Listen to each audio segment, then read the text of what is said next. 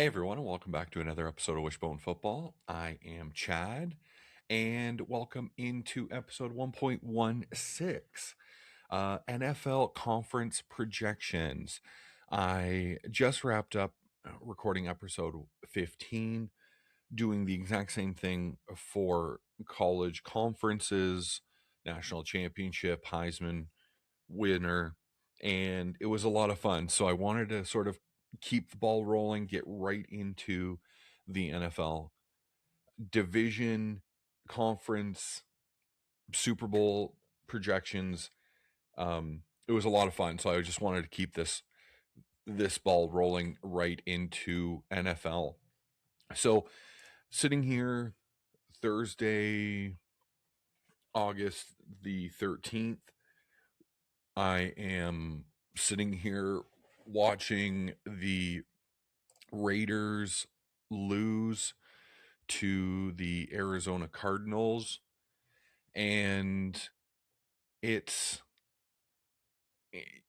back. Like we are all the way back now with football being back. So that's why I wanted to get into the betting portion of where things are, where we are, and really how can we make some money on this is really the angle. um you may know, you may not know, I am Canadian, so we don't have access to a lot of books like a lot of American states do, which is unfortunate. So I am using Bet365. They're one that I've been using for a few years.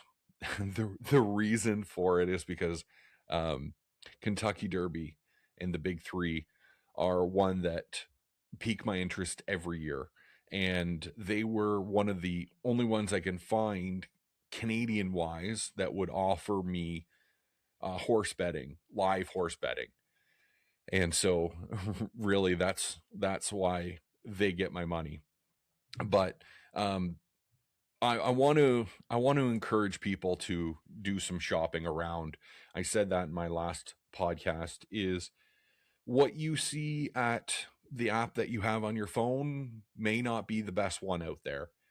Um, I That was a tip that I got from a man named Sam Peniotovich, who um, really is a master when it comes to sports betting and finding futures that can make you some money, and really hat tip to him for that. But I do the same thing. Bet365 is primarily who I use, but we're starting to open more up now in Canada, so I do want to have more essentially on my phone and have access to more of them.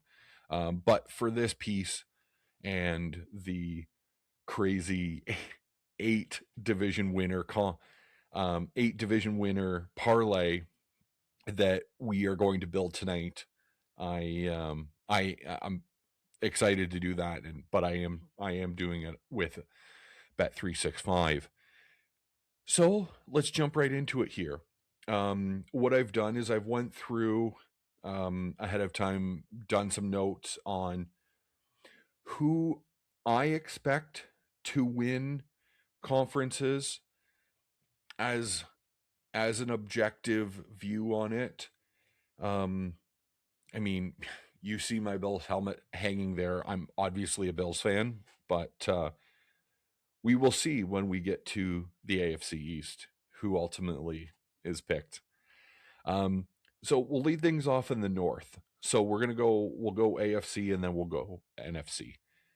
AFC North, I am taking the Cincinnati Bengals. I think that this is a huge bounce back year that they need to get right. This is not the year for them to be a pedestrian 10-7 team. They have the third best strength of schedule, if I'm remembering correctly um from reading that. So this is really has to be a year that they take advantage of. Um, and I think it's priced accordingly. So what I'm going to do is I'm going to run through each division, who I'm taking, and a reason not to. So my first selection, Cincinnati Bengals. The reason I would hesitate against it, because you have to play the Baltimore Ravens twice this year. And that's going to sound sort of stupid, but it's true. Like, if you drop 2 to the Ravens this year, there is a good chance, even if you beat the Steelers twice and the Browns twice, there's a good chance you probably don't win your division. So you need at least one of those games against the Ravens.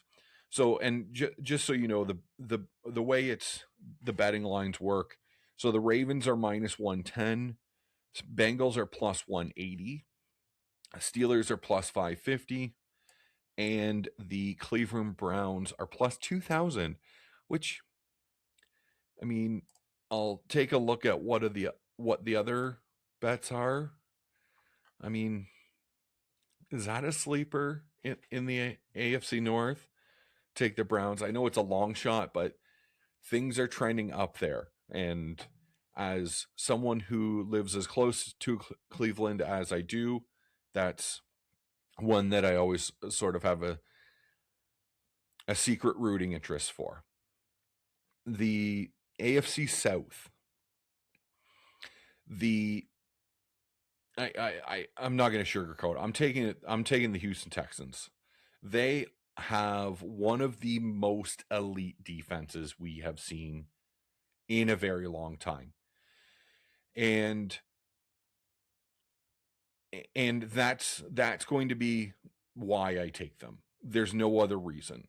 All you need to do, CJ Stroud, is be pedestrian. That's all. You need to be the 18th best quarterback in the league this year for your team to be very good. If CJ Stroud gives you anything more than the 18th best quarterback, you're talking about that team being elite. And with guys coming back from injury this year, that's why I am taking them. The Houston Texans are plus 110. I mean, Jags are plus 225, Colts are plus 360, and the Titans are plus 900. I could see the Titans sticking around. I think that whole division is going to be a little sticky. It's not going to be the AFC South we used to know. We used to call we call it the AFC Invitational because one of those teams have to make the playoffs, right? But I think there's more competitiveness in it this year. We'll see where the Colts land, and but yeah, I am taking the Houston Texans. The AFC West. Chiefs are plus 165. Chargers are plus 185. Broncos are plus 200. And the Las Vegas Raiders are plus 2,000. And them and the Browns on the same level seem to make sense. I am taking the Broncos to win that division. Why not? They have a very good defense, a very good offense that got better with the acquisition of Waddle from the Dolphins. I think that them being the third is a bit of a slap in the face. I know this time of year everyone's hot on the Chargers, but they are not. I don't think that they are going to be the team that everyone wants them to be. And the Chiefs are only getting love because Mahomes is out there running around throwing footballs like he didn't just tear an ACL 6 months ago. But so I'm taking the Broncos there plus 200. Give you an update. We are plus 1,600 so far. So $100 nets you 1,700. So So far, so good. The AFC East has pause for dramatic effect. Bills are minus 140, which is the steepest we've seen so far. Patriots are plus 125. And then we have the voluntary show up of the Jets at 8 plus 1800 and the Dolphins at plus 3300. I the Dolphins are doing the right thing, hitting the reset button. Um, no disrespect there, but the Jets, I will say, I do think do hang around though this year. I don't think they're the doormat of the AFC East. I want to think that the Bills and the Patriots will probably split their games with them this year.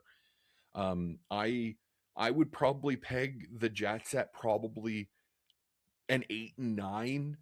I think we see them in the graphic probably late in November that says in the hunt, way down on the far right side on that graphic. But I I do think it's going to be the Patriots that win this division back-to-back years. It pains me to say that, but I think there's going to be some regression with the Patriots, but I don't think it's going to be a lot. I think Drake May takes a step forward, but I think the rest of the team takes a small regression backwards. But we're talking about AJ Brown. AJ Brown replacing Stephon Diggs is a huge deal. If they give him what Stephon Diggs did last year, which I think was 1,000 yards and 10 touchdowns, like that's really good. And as long as AJ Brown does not become a complete idiot on this team, then I think the Patriots are winning the AFC East. So, update plus 3,800 now. We're creeping up there.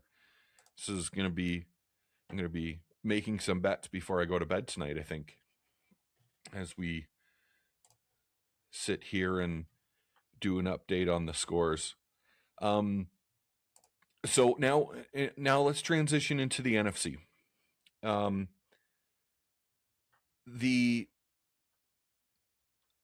NFC East. We all know what that division has looked like. It's basically been anyone's for the last 20 years. It was the Eagles who broke the no one won it back-to-back years in 18 years, I think. Eagles are plus 125, Cowboys at plus 210, Commanders at plus 450, and the Giants at plus 550. I think it's a stretch for the Cowboys to win that division this year. They're going to come back healthy, rah. We're excited.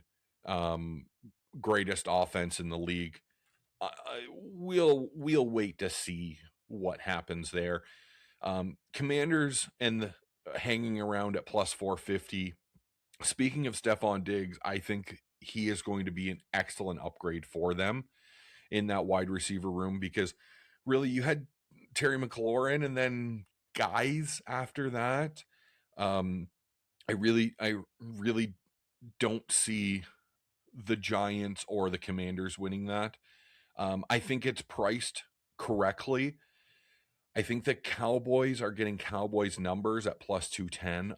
I'd prefer to see them at like a plus 350 if I'm being honest to win that division. But I am going to take the Eagles to win that division at plus 125. Moving on, NFC North. This is probably my most exciting division to watch this year because it's good. It's good. If Kyler Murray is any sort of decent, I think that the Vikings are going to be competitive again this year. And they're the fourth option at plus 500 to win the NFC North. So we've got Lions at plus 165, Packers at plus 230, and the Chicago Bears at plus 320. And again, Vikings with plus 500. So I really do think that it's close. There's not going to be a runaway. I think the Lions number is a little low, being at 165. I'd like to see it closer up to plus 200, closer to the Packers, because yeah, they have Jahmyr Gibbs, but the defense has been their question. It's never been a question about offense for them. It's always been whether they can stop the run or stop the pass. So I'm actually going to be taking the Bears to win that division. I'm high on them. I'm also high on Colson Loveland in a fantasy sense, because really with DJ Moore moving to Buffalo, I think that's only going to open things up. There's been rumors of injuries at their camp with a couple of their wide receivers, but I think that it's Chicago. Rome Odunze is going to be good, but I do think Colson Loveland is going to be like their number one. I think he puts up crazy numbers. That's why I am targeting him a lot, and ultimately probably why I'm leaning the Bears to win the division at plus 320. So give you an update. 6 of 8 are in. $100 pays 37,000. So, I mean, put it in. NFC South. Bucks are plus 175. Saints are plus 260. Panthers are plus 300. And the Falcons are plus 375. This is a contract year for Baker Mayfield. And the Buccaneers have shown that they do not, I shouldn't say do not, but have shown that they are not ready to give him an extension prior to this year.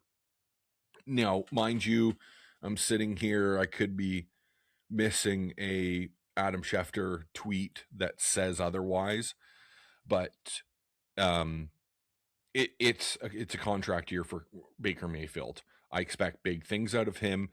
He is actually another guy that I'm targeting in fantasy because of how late you can get him.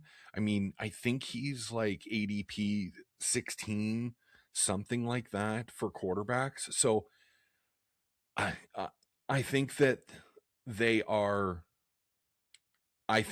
missing something by not giving him an extension now, because it's only going to be more expensive. We see that year over year, time after time, that look at the Dallas Cowboys.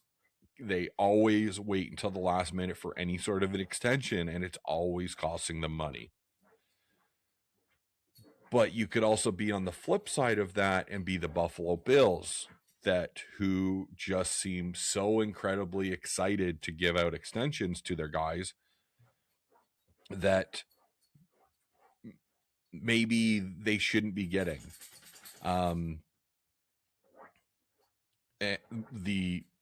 Dawson Knox is a perfect example. I think he was sort of like the first one that got an extension on that team that maybe didn't deserve that much. And then we kind of continue to see it. You give the Bills 3 good years on a rookie deal and you're getting an extension. So,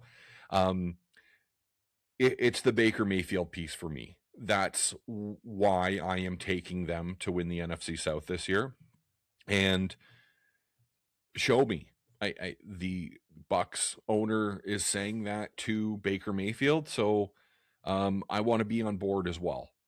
The other teams, the Panthers, the Saints, the Falcons, I really just don't see them being ultra competitive like the Bucks can be this year. I'm a big Mbuka guy and drafting a lot of him as well. So we will see where that lands. But yeah, I am taking the Bucks to win the NFC South. And finally, we have the NFC West. With the exception of the Cardinals, probably the hardest division in the NFL for the second year in a row. Cardinals are plus 7,500. Bit of a slap in the face. There's no one there to draft, fantasy wise. I'm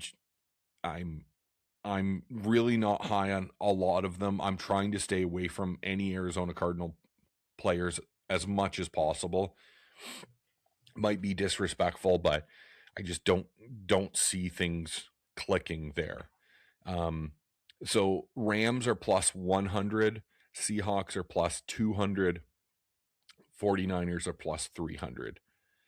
And that substation is going to take out the 49ers completely if they don't do something there. That substation, I love hearing more and more of that. It's just an incredible story that keeps continuing to rear its ugly head. So NFC West, I am taking the Rams. This is a big year for the Rams. Myles Garrett, Aaron Donald coming back. He's basically, I saw a video of him running cones and he's on the field with the team. Like, come on, like just sign a contract already, make it official. Like, he's there working with the team as just nobody, as a person off the street, technically. So, and that completes my 18 division winning parlay. So we end up at a total of plus 206,000. So 100 would net us $206,000. So I only wanted to put $5 on that because I don't know if I'm putting $100 on that. $5 returns you 10,000. So a lot of fun to be had. Couple, I mentioned the sleepers here. I mentioned the sleepers in the first division, the AFC North. But there was only one other that kind of struck me as a true sleeper that like still could get the thing done, and I think that's the Titans in the AFC South. They have done so much hard work to try and put pieces together, but it all comes down to the quarterback. And if he can hold it together and have any sort of a decent year, I do think that the Titans at plus 900 is something to at least think about. It's I do think they're priced right because if things click, it can be good, but I don't think that they need to be like a plus 400 right behind the Colts, who are plus 360.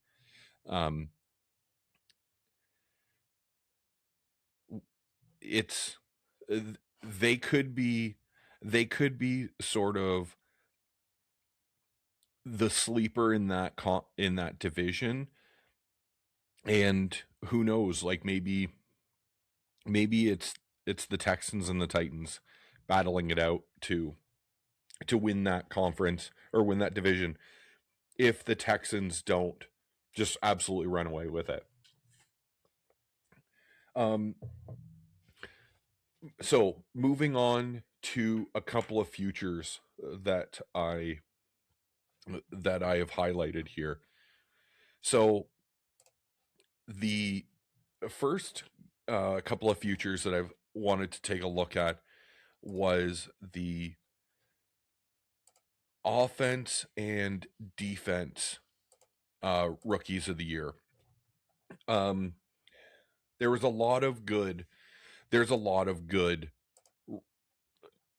rookies coming into the draft this year, and it's hard because the rookies of the year can are wide open. They're a lot more wide open on whether it's going to be an offensive player or a defensive player. And so my offensive rookie of the year is going to be Mekhi Lemon out of the Eagles. I think that he's going to be a big player for them, if that's not too strong to say. I easily could see him being like a 65, 70 catch guy with 900 yards and a handful of touchdowns. I think that's where we would see him. And it's really more of a bet on what he can do rather than the situation that he is in, if that makes sense to you, because he's coming in not expected to be a number one. He's coming in to be a solid number two in a team that just won the Super Bowl 2 years ago. So they've got most of their team set, and it's really more about reloading talent for the Eagles. And I think Mekhi Lemon is that guy for that. Just looking at the numbers here. So Mekhi Lemon, I've got as plus 1,200. And then we have more of the chalky ones. Jeremiah Love at plus 425. Fernando Mendoza at plus 500. Carnell Tate at plus 600. And then it goes on. But Mekhi Lemon is my offensive rookie of the year that I would that I already do have a couple of tickets on. My sleeper for rookie of the year, and this really comes down to who is going to be the starter there. But it's Carson Beck for me at plus 2,200. He showed us a lot of excellent things last week in the first preseason game, the Hall of Fame game. He looks like he's picking up right where he left off with Miami last year, with the playing Indiana in the national championship. He is someone that I can see sort of taking over that job.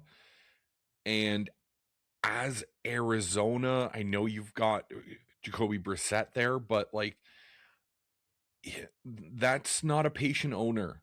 And I feel like Carson Beck could easily overstep Brissett, and the owner kind of step in and say, yeah, let's play the rookie. And if he has any sort of a reasonable year, because I don't think Fernando Mendoza is going to be starting. I think Mendoza rides the bench for 5-6 weeks. But if Carson Beck gets a runway and is able to start, I feel like he could be a good bet for offensive rookie of the year at plus 2,200. Now, shifting gears here, let's go to defensive rookie of the year.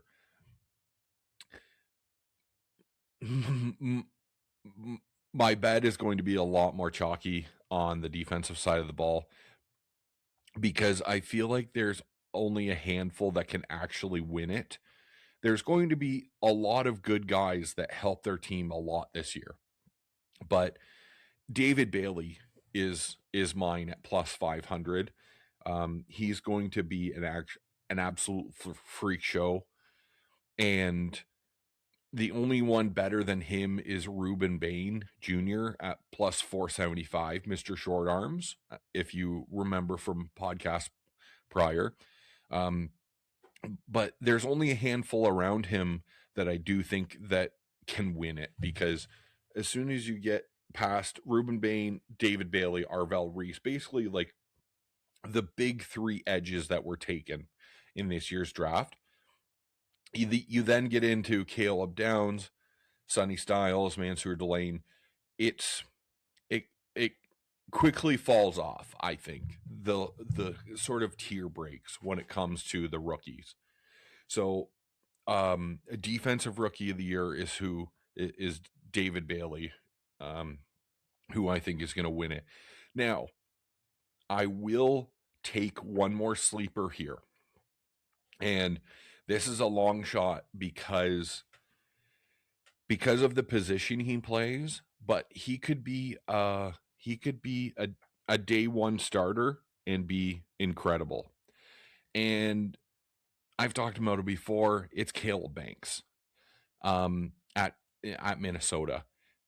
He plays a true nose tackle, and if he really does become a day one anchor for that defensive line, he is plus 550 right now. I can see him winning defensive rookie of the year. I really do believe that he can have that, really show that next step, if you want to say, with respect to being a difference maker for the Vikings. Now let's move into OPOY and DPOY. So we'll start with Defensive Player of the Year. You ready for it? Myles Garrett. How could you not? He is going to a better situation. He is going, like, the DC in LA is basically going to scheme Myles Garrett around the field. And I think that he puts up probably 15 plus sacks for the Rams this year. He is that good. And at plus 450, you really show that. Will Anderson Jr. from the Texans is plus 700. Aiden Hutchinson at plus 900. Max Crosby at plus 1,400. And then you get into different tier breaks here. Jared Verse, though, plus 2,500. I feel like that could be a cool sleeper. Betting on him after he was traded for Myles Garrett going back to the Browns, I think that would be a cool throw a few dollars on Jared Verse just to kind of root for. Not that I need more help rooting for the Browns, but sort of give it some extra juice to say, yeah, let's get Jared Verse a Defensive Player of the Year after he was traded for Myles Garrett. But ultimately, I am going to pick Myles Garrett as Defensive Player of the Year. Jumping to offense.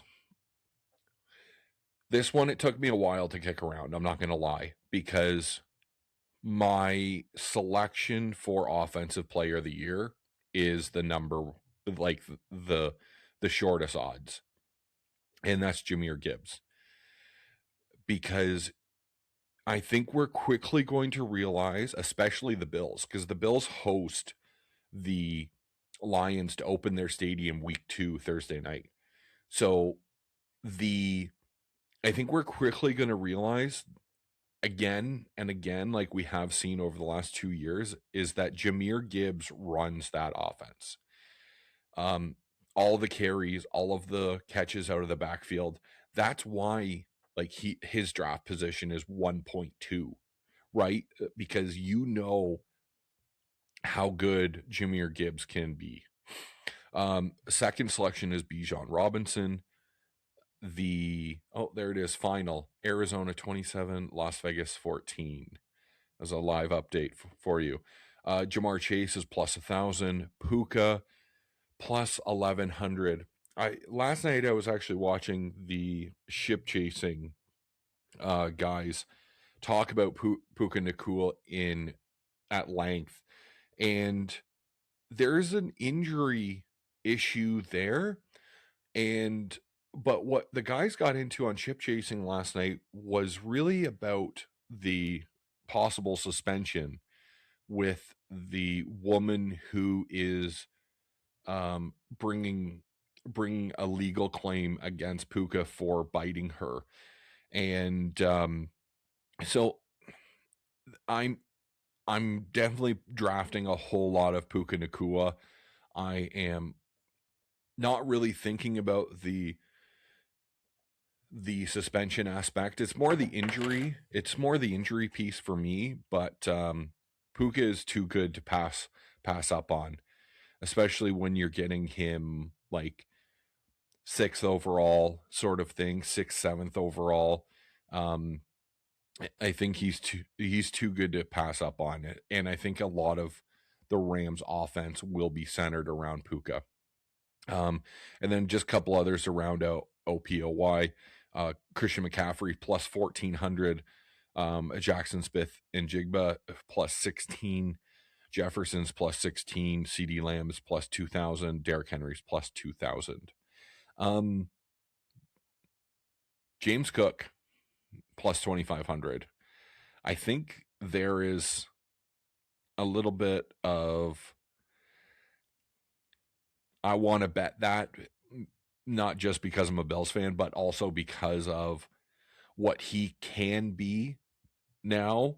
I think that there's going to be a bit of a scheme change in Buffalo, not a big one, that sort of gets James Cook catching balls out of the backfield this year. So I 20 plus 2,500. I might put a few dollars on that just to say I did. And then the rest fall below that.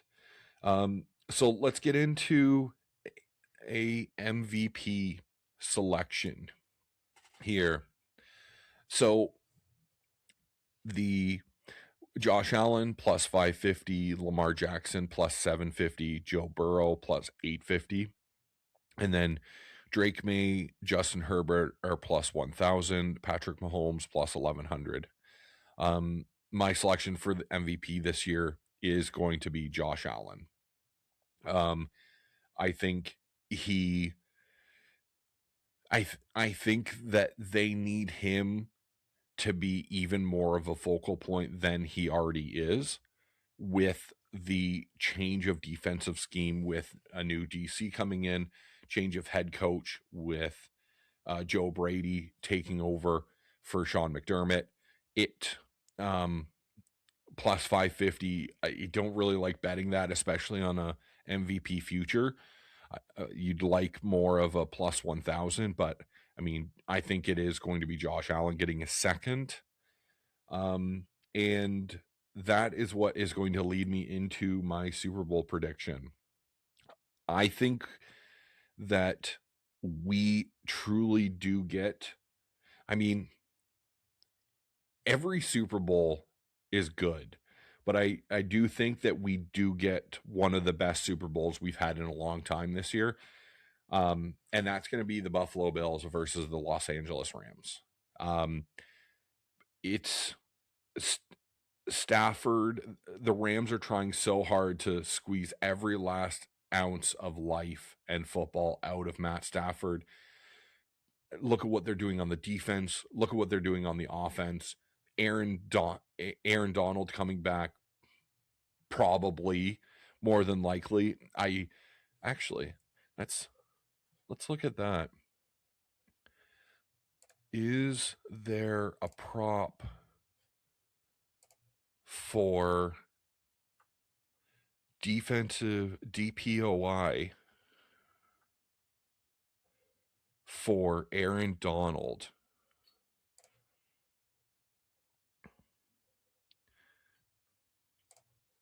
Let's look at that. So while I look at that, I think that it is ultimately going to be Rams Bills this year. I will take the Bills to win the Super Bowl. I know that is going to look a little bit ridiculous with what you can see behind me hanging on my wall, but they continue to knock on the door over and over again. And one of these years, that door is going to knock over and the Bills are going to walk through that door. And I think that this is the year. With the addition of DJ Moore, a true number one, And you can say what you want about him being a number one or not. I think he is as good as a number one as what we had with Stephon Diggs a few years ago. And Khalil Shakir, yeah, good role player. Dalton Kincaid is going to take a step, and I ultimately think that nucleus now, DJ Moore, James Cook, Josh Allen, Dalton Kincaid, takes a step forward offensively to make sure that games are not left in question on the offensive side of the ball and instead of the defensive side of the ball. So just taking a quick look here at defensive player of the year, I am not seeing an Aaron Donald. I know that I can reach out to Bet365 and request that, and I wonder if I should do that. So there you have it. That's where I'm going to leave things off here. I do want to look at some more Aaron Donald to see if he is hanging around somewhere on the Bet365 to try and throw some money on it, because I think that would be fun. I think that would be a fun bet to make for Aaron Donald winning defensive player of the year, and he technically hasn't even signed a contract yet. He's not even an active NFL player, but something to look at. I like this. I do a lot of betting, and there are always times where I feel hesitant about tweeting about it or posting it in videos on Instagram or Twitter. So the reason I did this tonight, both this episode for the NFL and my last episode with college, is I wanted to sort of break that mold and really make sure that I'm bringing you everything that I want to be bringing you and not just holding it back. So without further ado, I want to thank everyone again, giving me a listen, giving me a follow. You can follow me and find me on Twitter at Wishbone FB. Instagram is at Wishbone Chad, and also on YouTube at Wishbone Football. So again, want to thank everyone for giving me a listen. I am Wishbone. I am Chad Wishbone, and you have a great day.